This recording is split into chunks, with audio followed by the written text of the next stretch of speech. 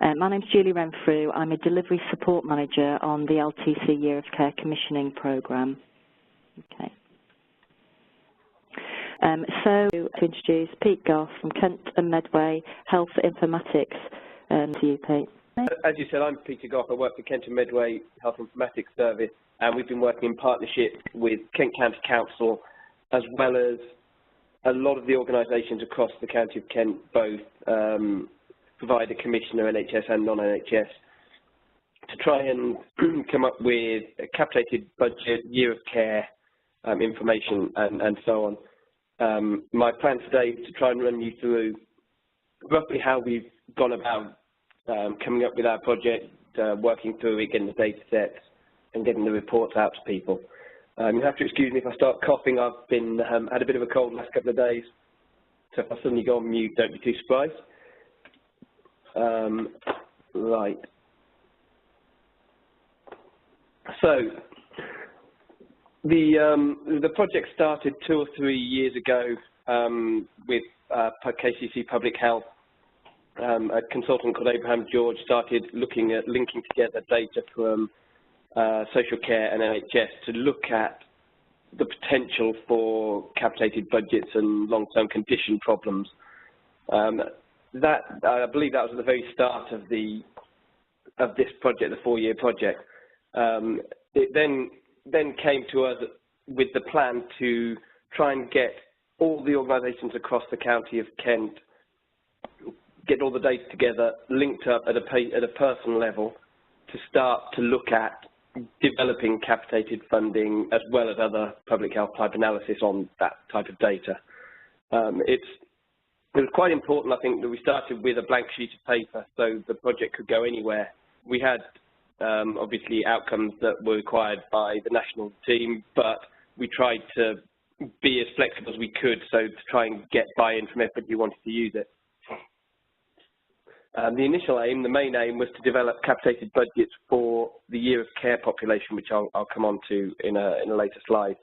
And we're obviously constantly developing the system. It never stands still. It's never signed off, because otherwise people wouldn't use it. Once you find something, you then have to keep taking it forward, keep progressing it, and try to go further. And I suppose it's also worth saying that the plan was always to try and use a whole population, excuse me, a whole population data set, rather than just looking at year of care data. The whole population looks at all the activity for all the population across the county, so you can look at comparisons between those with LTCs, without LTCs, just give a better indication of what's going on. Right, the key areas we had, I'm not just going to read through the slides, that would be very dull. The key areas we had for the project are these listed: buy-in from organisations, defining the outcomes, methodology, data set, building, getting data quality correct, designing reports, and obviously using the reports. There's no point building a great data set and then not being able to use it. The first and probably most key thing that we had to do was to get buy-in from the organisations involved in supplying the data and using the data. And I think we did this fairly well. The key we had was getting all the providers to sign up and to agree the data set. Nothing was imposed upon them. They got to have a say in how it worked, what the costs were, how it was going to be used, and they got to agree the outcomes as well, which was really important, because that meant they were happy to supply the data. There were no conflicts there. As well, being in the HERS and KCC, we were seen as being independent, which helped as well, because we didn't have a provider or commissioner hat on, so we didn't look like we were trying to influence anything one way or the other.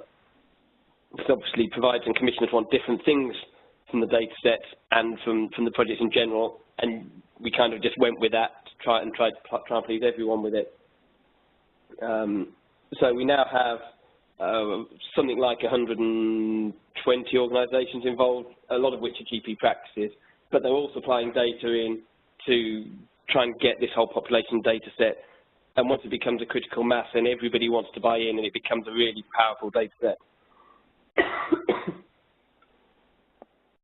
it was also put in into the commissioning intentions of the commissioning organisations with the providers, so they have to supply the data, which was also particularly useful.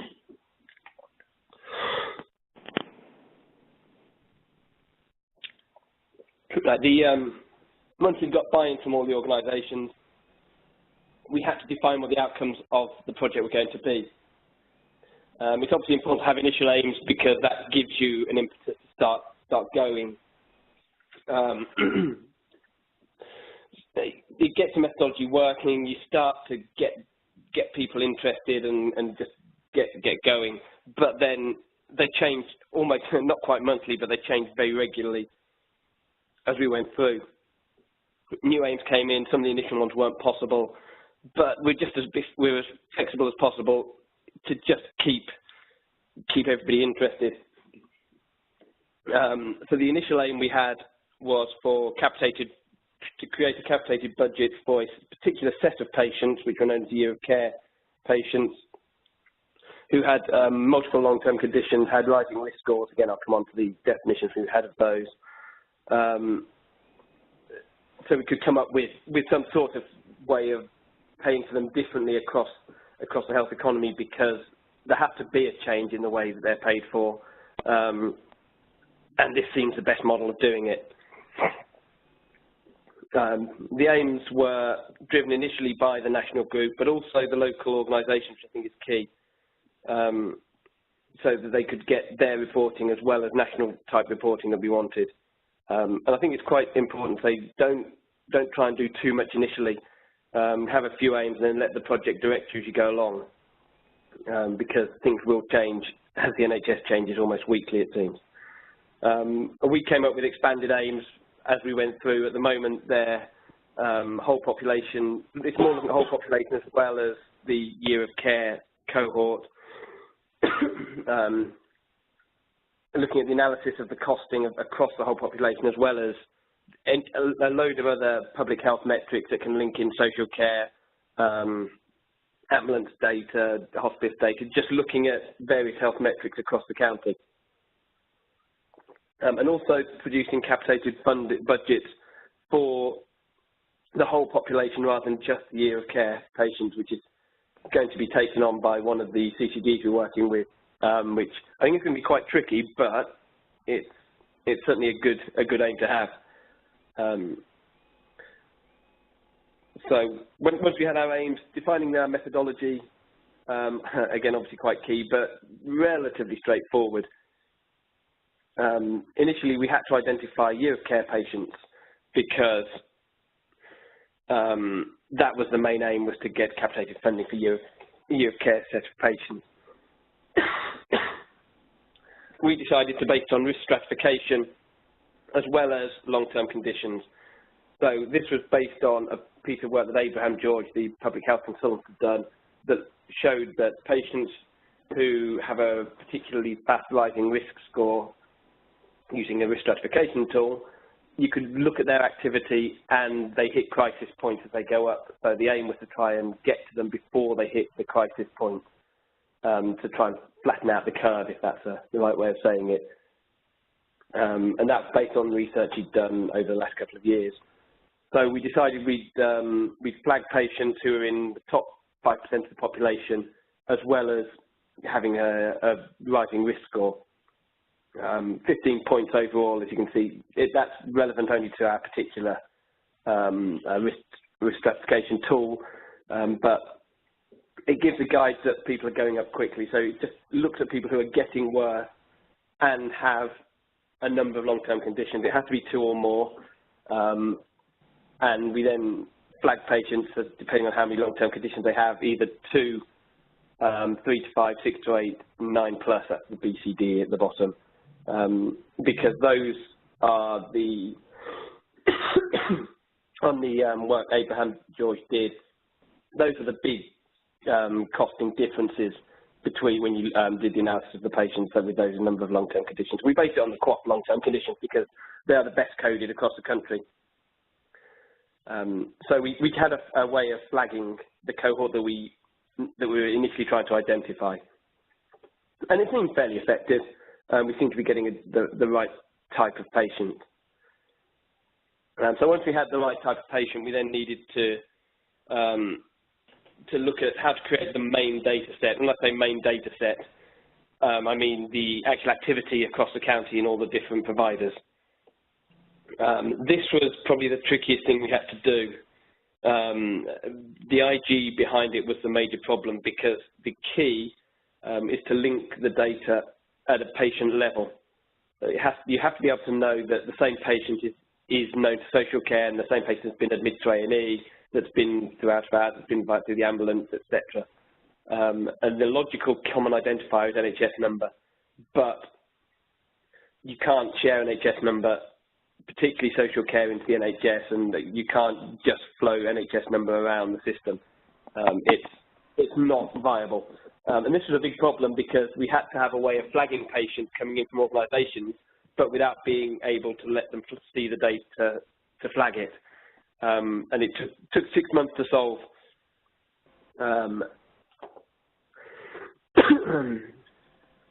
So what we did, eventually, we had to find a way to flow data, pseudonymised, but being able to flag it as year of care. So we came up with a SQL hashing tool, which creates a 256-bit encryption of the NHS number, but it will definitely be the same for the same NHS number every time. So you end up with a pseudonym that you can't de-pseudonymize, because it's hashed. There's no way to unencrypt it or decrypt it. And we also wrote a little Excel add-in to allow small organisations to flow data in, so the pseudonymization happens while the data is flowing through the system. So the pseudonym and the NHS number are never in the same place. There's no, neither the host nor the data warehouse has both numbers in the same place at the same time. So nobody can identify an NHS number against a pseudonym. So the pseudonymization happens in transit. Now that was the key to getting this working, because everybody signed up to that methodology. It got signed off at the national level as well, but locally everybody was happy and trusted that the data was going to be secure and safe. And having people comfortable with that locally is almost as important as getting a national sign-off, because it means people are content to flow the data because they just trust that it's going to work.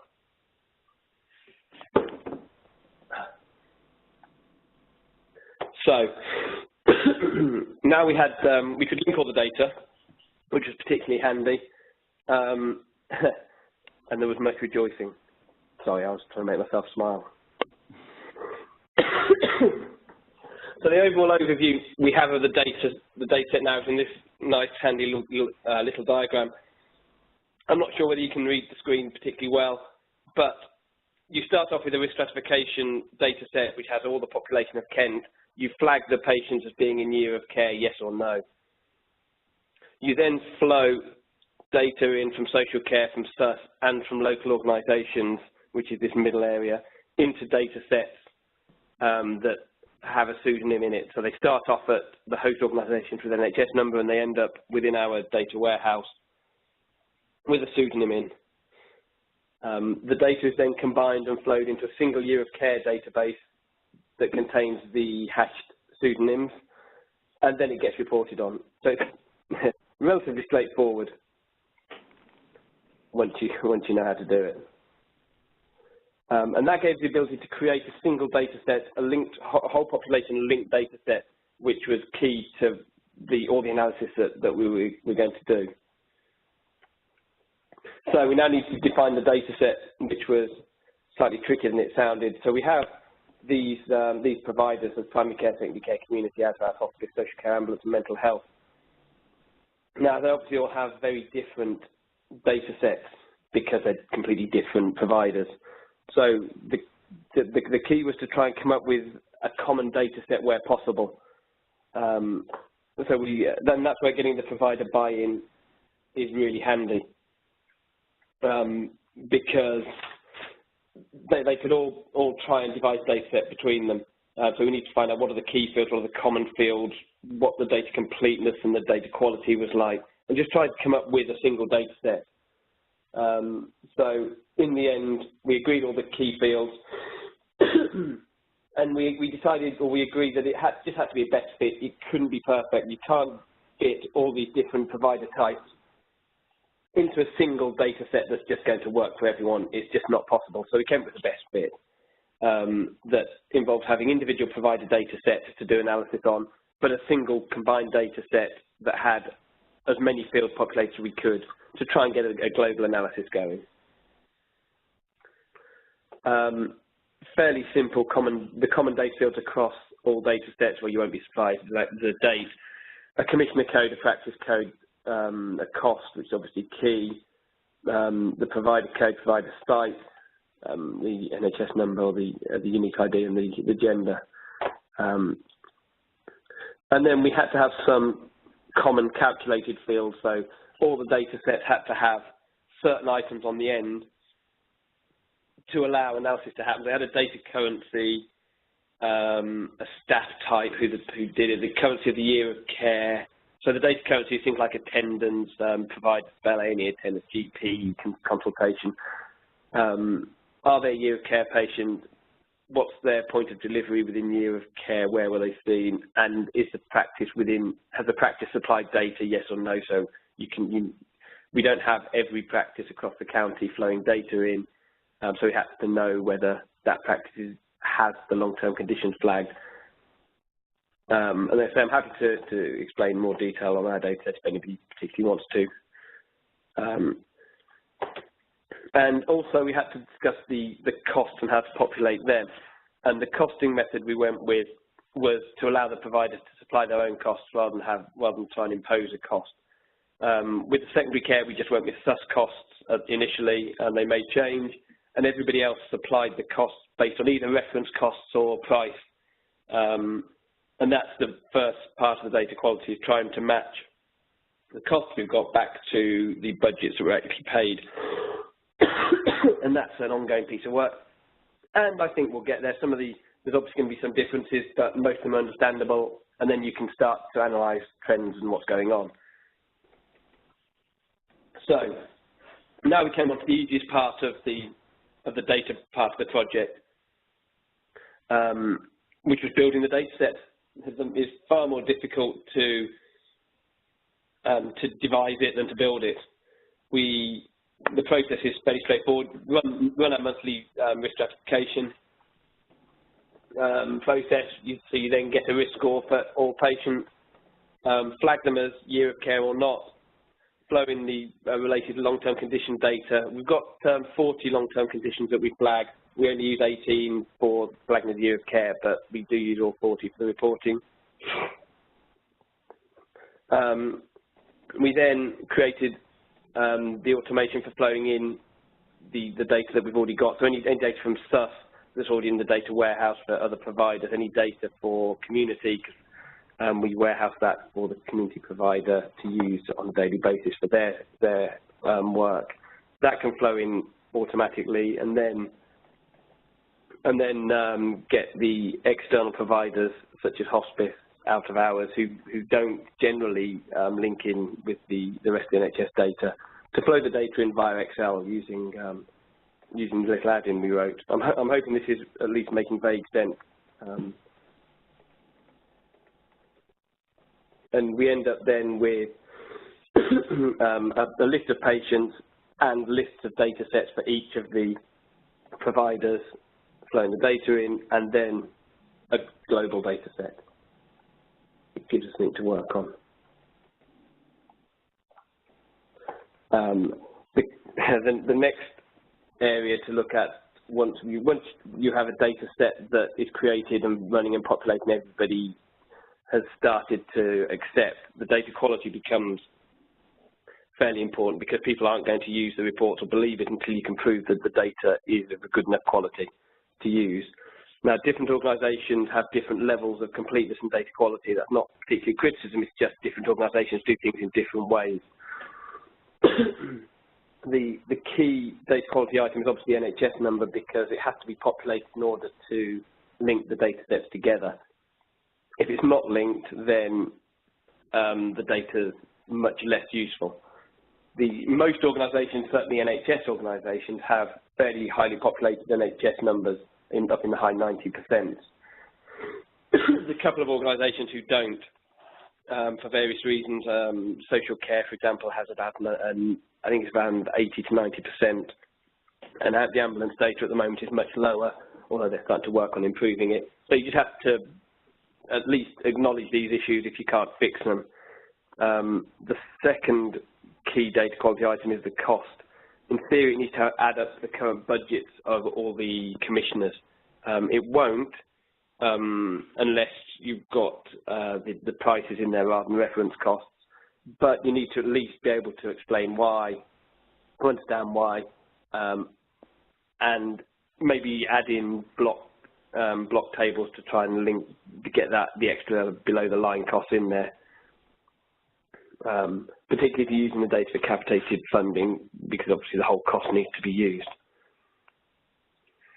So once we now had our data set and everything was working, I'll say perfectly, because why not? Once you have the data, then you've got to use it. And I think that's one of the trickiest things, is people knowing what to do with the data. So we have now an incredibly powerful data set that links together data across 7 or 8 different provider types that's not been done before, but it's now getting people's heads around, well, what can we do with this? How can we use this to our any useful areas for us? So what we decided with, we thought initially we'll design a few reports, try and get people interested, and then they can take it where they want. So the initial aim, as it says there, was to prove the purpose of the project, get people's interest up, try and get them working out what they can do, where they can go with it, what reporting they might want. And we also decided to give access to everyone, so everybody can see all the reports, which makes it as fair as possible and keeps organisations interested and don't feel that people are seeing things other people aren't, and keeps that kind of joint spirit going. And again, as with the rest of the project, they're never signed off the reports. They will change all the time as people want to improve, change, edit them, etc. So we generally try and keep our reports as iterative as possible. And as ever, everybody gets to have their say, because then everybody's interested in using them. Some people have better ideas of what they need than others, but it's still important to get everyone involved. So now the reports we had was initially the aims. I don't know how well you can see these. I can explain them hopefully fairly well. The aims of the current reports were to look at costs across the sector, try to design reports to get an idea of what capitated funding might be, to look at health factors that might influence this, particularly with the long-term conditions and the year of care patients, as well as building multidimensional cubes to allow people to do what they want, so they don't have to use the reports that we put there. They can look at the data and investigate it, interrogate it in their own way. But the reports that we've got at the moment I've put up here, we try and allow people to have a little bit of interaction so they can look at the data just by a particular practice or CCG or a provider, flag only those with particularly high number of long-term conditions, etc. But initially, the first reports look at how many patients you have in year of care population. Obviously, B is much higher than all the B and C are much higher because they have fewer long-term conditions, and there's definitely some patients in here you just can't quite see them. If I could hover the mouse over it, you'd see the number. And then it's looking at trends over time of the activity. They're fairly simple graphs, just looking at the activity for year of care patients, as well as the provider spells and A&E attendances for patients flagged as being in year of care, so having multiple long-term conditions as well as having a rising risk score. And you see the general trend is upwards because the sicker patients have more contact with healthcare.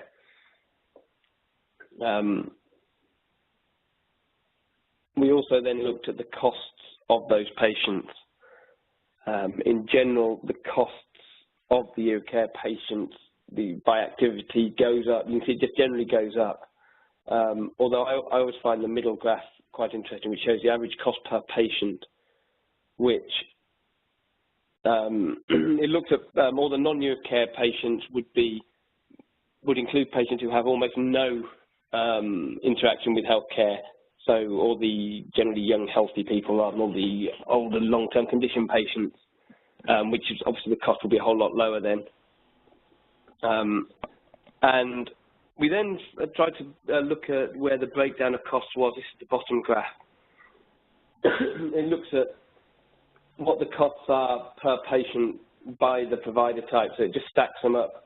So obviously the acute data has the highest percentage of the cost, which is unsurprising, but social care is next. Out of hours is surprisingly high. GP consultations not particularly high, although we do only take a blanket cost on those. So it's a guide cost of something like £40 per consultation roughly. And it shows the difference between year of care and non-year of care patients. Obviously, year of care patients, the cost is going to be higher because they seem to have a lot more activity. But it's interesting the proportions are similar to year of care and non-year of care.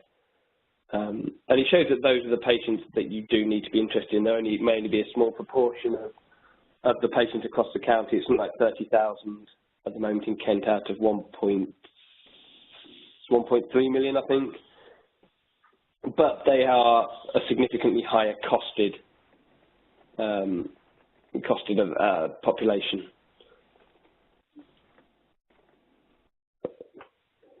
So once we looked at some basic cost analysis, we then looked at, I know you won't be able to see this report particularly well, we then looked at the multimorbidity of the patients. So we took the year of care population as well as the non-year of care patients, but this graph shows the year of care patients, and tried to look at what the main multimorbidities were across the county or across the cohort. So we have down the left-hand side a list of the 18 QOF conditions that is cut off at about 7 or 8. And then it has all of the 40 conditions, the other long-term conditions we flagged across the top. And we looked at the percentages of patients with one or other. So the top line on the left is asthma, and then it looks at the percentage of people who've got asthma who also have atrial fibrillation, cancer, chronic kidney disease, COPD. And you find some surprising links. Obviously, the line down the middle is hypertension, because almost everyone has hypertension who's a year of care patient. But there's a surprisingly high link between asthma and depression, and a lot of things in depression or anxiety, which just indicates that perhaps mental health is an area to look at with long-term conditions that maybe hadn't been considered. Kidney disease and heart disease is a surprisingly high link, and it just starts to give an idea of where links might be between long-term conditions. It allows you to pick various options and exclude hypertension, etc.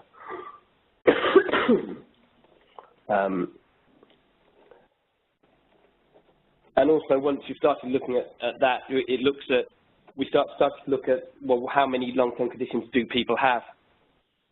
So we looked at the 18 or 19 QOF conditions, again down the left-hand side, which I know you can't read, and it looked at how many other long-term conditions they had. So not that many people only have one other long-term condition.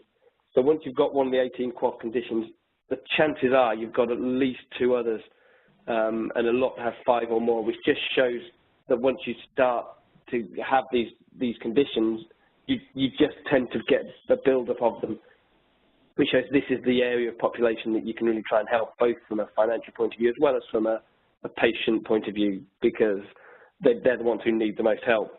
So for epilepsy, for example, there's nobody who only has one other long-term condition within year of care. They've all got at least 2 others, 3 others, 4, 5 others, which I found quite interesting. Same with hypothyroidism. It just shows you where you can concentrate things.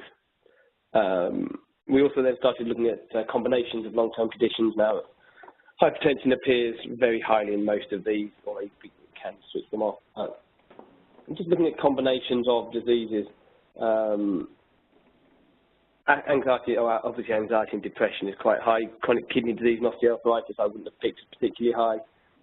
And then we thought, well, that's interesting looking at 2 combinations. What happens if you look at 3?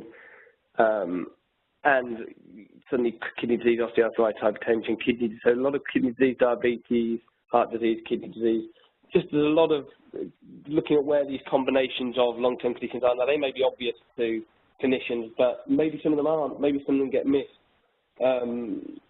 It just allows you to start looking at where these links might be. And then we also started looking at, well, you can pick your own long-term condition out of the 19 and then look at what links with it. So looking at COPD here, obviously bronchitis is going to be high. Kidney disease, osteoarthritis, depression's high. Again, depression's high with a lot of LTCs. Asthma, heart disease, just shows where some of the links are with individual long-term conditions. Which these are the ones that got people, particularly clinicians, most interested in the work because they could suddenly see that it could go somewhere clinically as well as just looking at finance. This is this slide's an example of a cube that we created, a multidimensional cube that allows people to do what they want with the data.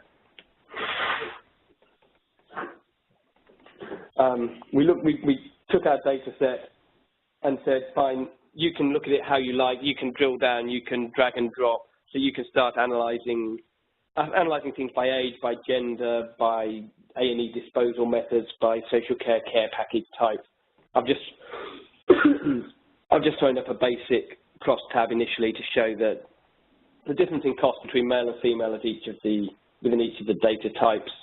So it's slightly more expensive to be a male within acute sector, but cheaper at the hospital. It allows you to look for anomalies or look for start points and just see where you get to. And you can, within about 2 minutes, you can find something that you'd never thought of before, and then you want to go and look for more.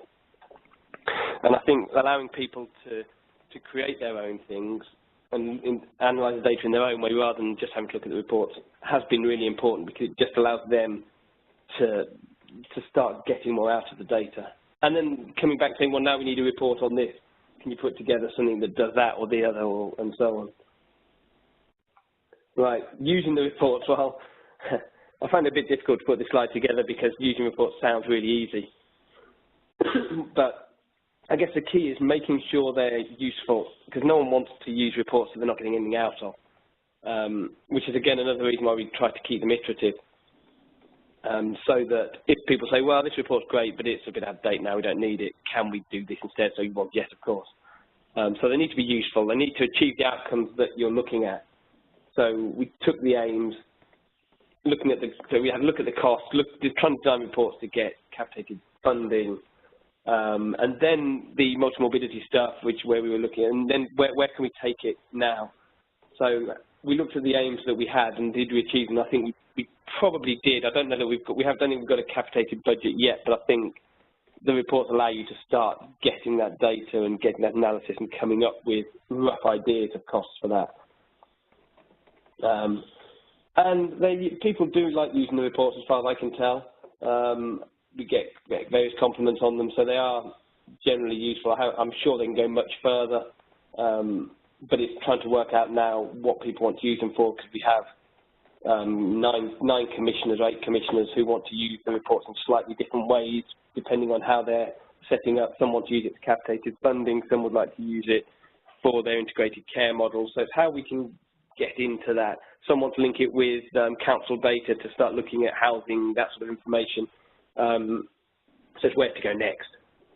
And I have a feeling that's it. I think I'm sort of 5 or 10 minutes short, I'm afraid. But that's it. So if there's any questions, I can try and go through anything.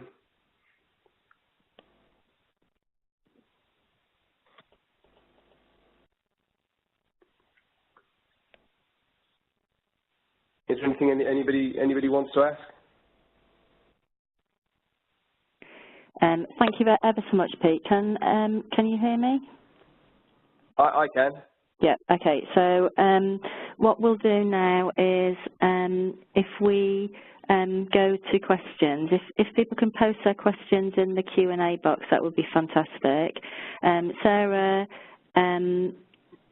Ollie asked a question earlier about the population analysis, Pete, population analysis of costing, and did you use PBR? And although Jamie did respond via the Q&A, it might be worth you just talking through what cost information you actually used. Yeah, no problem. The costing of the data, so we tried to, excuse me, we tried to allow the organisations to define the costs themselves. For the secondary care, we used the PBR cost initially. Although I think as we go forward, we're going to start to put in some of the more local costings, so where there isn't a PBR cost or where they make local alterations. Because the PBR cost obviously is only a guide.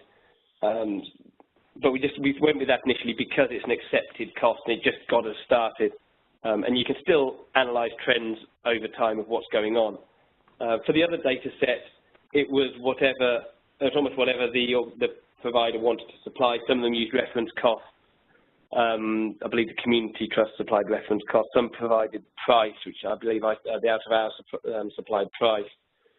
And the aim with those was to try and get as close to what was actually paid as possible. Thank you, Pete. That's very useful. Christopher, sorry if I get the name wrong, Pereira has asked a question. How long did it take to obtain your data sets? That was surprisingly quick, I think. Because we got buy-in from all the providers right at the start of the project, they were generally keen to provide the data. It took a little while to define it, to get it flowing, to go back and say, well, that doesn't quite work. But once you can define the columns that you need and work with the provider to say, these are the key fields, now put in anything else you want that's going to be useful for this, actually obtaining them was pretty straightforward. It took a bit longer to flow the data in with patient ID because we had to come up with the pseudonymisation or hashing method. But even before we'd done that, we still flowed data in without an NHS number or pseudonym in, because you could still link the data at a practice level then, which gave you something to work on and kept people interested, so you could produce reports that showed the costs of the practice rather than individual patient level. And that kept people interested to keep the focus on, well, how can we get the ID sorted to get the patient number, to get the hash in. So it was relatively straightforward, and we're looking at new data sets now. And it doesn't take more than a month, I don't think, from start to finish to have the initial conversation, assuming that people want to do it, have the initial conversation, get the data processing agreements filled in and signed, devise a data set, flow an initial test extract, and then flow a live extract. It's just, if people have got time and inclination, it's not that tricky. Thank you. We've got a question from Kate. Liz has just suggested that she unmute Kate, and Kate can ask the question directly, if that's okay. Liz, do you think you could unmute Kate and she can ask Pete her question directly? Yes, I've unmuted you now, Kate, if you'd like to ask a question direct. Hello? Hello. Kate? No. No, we don't seem to be able to pick her up. Her mic's not working. She's just okay. So I'll ask her the question on her behalf, Pete. She said, sorry if she missed it, but what was the approximate size of your year of care cohort? Well, what we did with the year of care cohort was we started flowing it in April 2014. And initially there were something like 3,000 patients came through on the first month. Now the rules we had was that a patient had to stay in for 6 months, no matter what. If they died on day 2, they still stayed in for 6 months. So we kept building up roughly 3,000 per month until we got to the 6-month period. So in September or early October of 2014, we had about 30,000 in. and then some started flowing out. And to come out, you have to basically do the opposite of what you had going in. Either your long-term conditions clear up, which is unlikely, you move away, you die, or you start going down the risk register. So it then stabilised at around about 30,000-ish. It's going up gradually. And it's 30,000 out of around 1.3 million. Fantastic. Thank you, Pete. Sorry, Liz, I'm going to ask you again. We've got a question in from Sarah Ollie. Is it possible for you to try and unmute her? Sarah, have we got you on the line? Hello, can you hear me? Would you be able to ask your question of Pete? Yeah. Pete, I was just wondering, how closely did the capitated budget match what was previously actually being paid? I don't know whether that was measurable or easily measurable, and if it was, how did you do that?